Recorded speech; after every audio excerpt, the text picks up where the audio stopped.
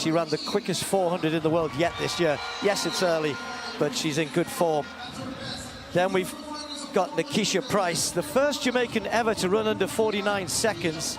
And again, a pretty decent 200-meter runner, but this is not her main event. Same for Alexis Holmes. Her top 9 times out of her top 10 were all set in 2024. So an improving athlete, 25-year-old, as I said, come over after the World Indoor Championships in China. Well, Paulino, who moved to the 400, I guess probably in around about 2020, and has dominated that event, certainly last year. Talitha Diggs in lane 2. And then Stacey Ann Williams of Jamaica. Fresh from a new indoor 400 personal best. Lane 1 may be tough in this 200 then. Anson, what we're looking for here? Well, Paulino needs to at least come out of here with at least 5 points, because obviously to win, you get a little boost with the 12 points to win the deuce. Gabby and Dina are really going to be battling for that, and I think that they know that they're going to have a good chance at that 100K if they jump out in front with the points in this early race. Spoke to Dina like yesterday, and Dina actually said that she's really focused on that 4. Very confident about her too. So that 400 is going to be something special when she gets out there. Dina Asher-Smith in lane 8. Gabby Thomas, Olympic champion, in 7. Safely away first time. Asher-Smith got out pretty good. Natson just got left a little bit. You'd expect that by the 2 sprinters on the outside. But it's Gabby Thomas around the top end who's just got half a metre on Dina Asher-Smith. And Thomas normally starts to go away from this point. Nasser running well in 3rd at the moment. And then there's a battle with Paulino charging down the last 30-40, but it's going to be Gabby Thomas. Asher-Smith might just hang on here. It's Gabby Thomas, but Paulino with a real surge, taking 2nd place, and that will be really, really significant. We expected Gabby Thomas to come away with a win, 22.62 in these conditions. That's pretty swift, that's pretty good. But Paulino, that is significant. You get 12 points for winning, you get 8 points for 2nd. But when we cast this forward to the 400 tomorrow and the possible result there, let's say the possible result, that is significant for Paulino. Nah, it's absolutely significant, because she's obviously going to do her thing in the 4. For her to come 2nd, I didn't expect that, man. Gabby getting 1st place obviously makes sense. She's an Olympic champion, but for Paulino to come out of there with those extra points, she's going to end up having a good chance at that 100K. Dina always runs a pretty good turn, transition at the home straight here. Gabby Thomas just moved away, just got that gap, and it looked as though Dina was rallying again here.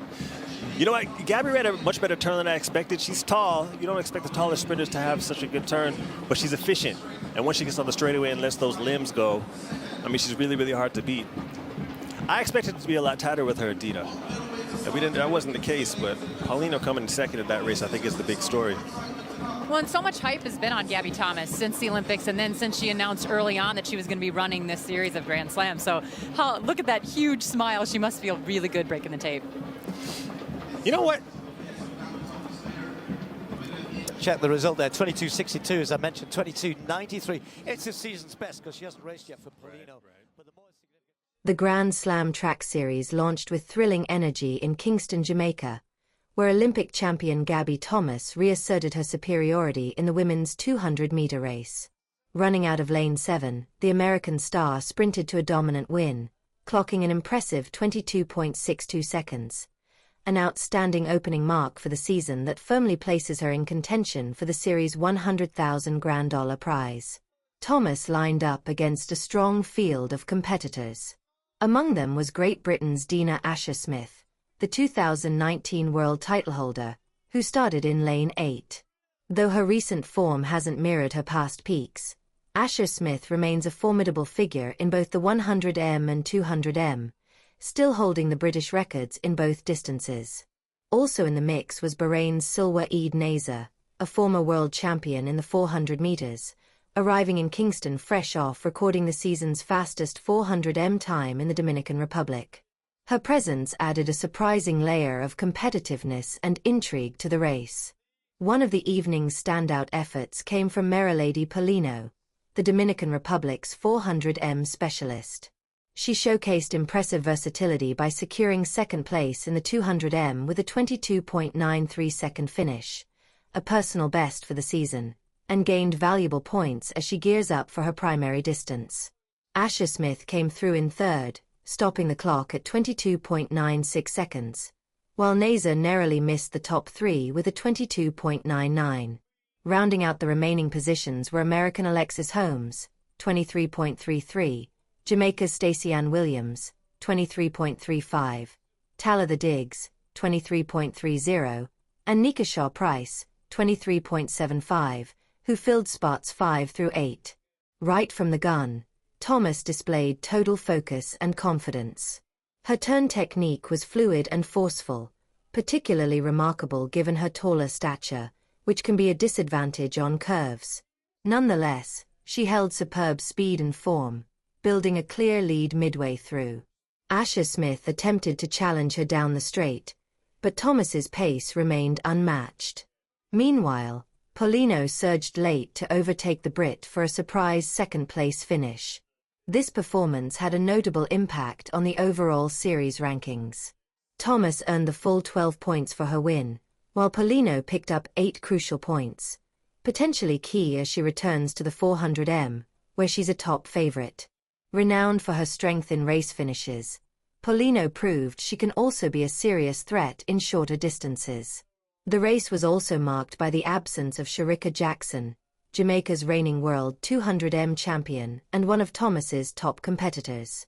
Jackson was reportedly unavailable due to prior obligations at the Miramar Invitational in the United States. Her absence was felt deeply by the local fans, who had been hoping for a Jamaican podium appearance. Unfortunately, the home team, Williams and Price, finished in the final 2 places. Despite Jackson not competing, the Kingston crowd witnessed a world-class showdown led by an Olympic gold medalist at her best. With many key battles still ahead and the competition intensifying, the Grand Slam track series is poised to deliver excitement all season long. The night in Kingston wasn't just about victory, it was a celebration of elite sprinting. Fans left the stadium buzzing, inspired by the fierce competition and star power on display.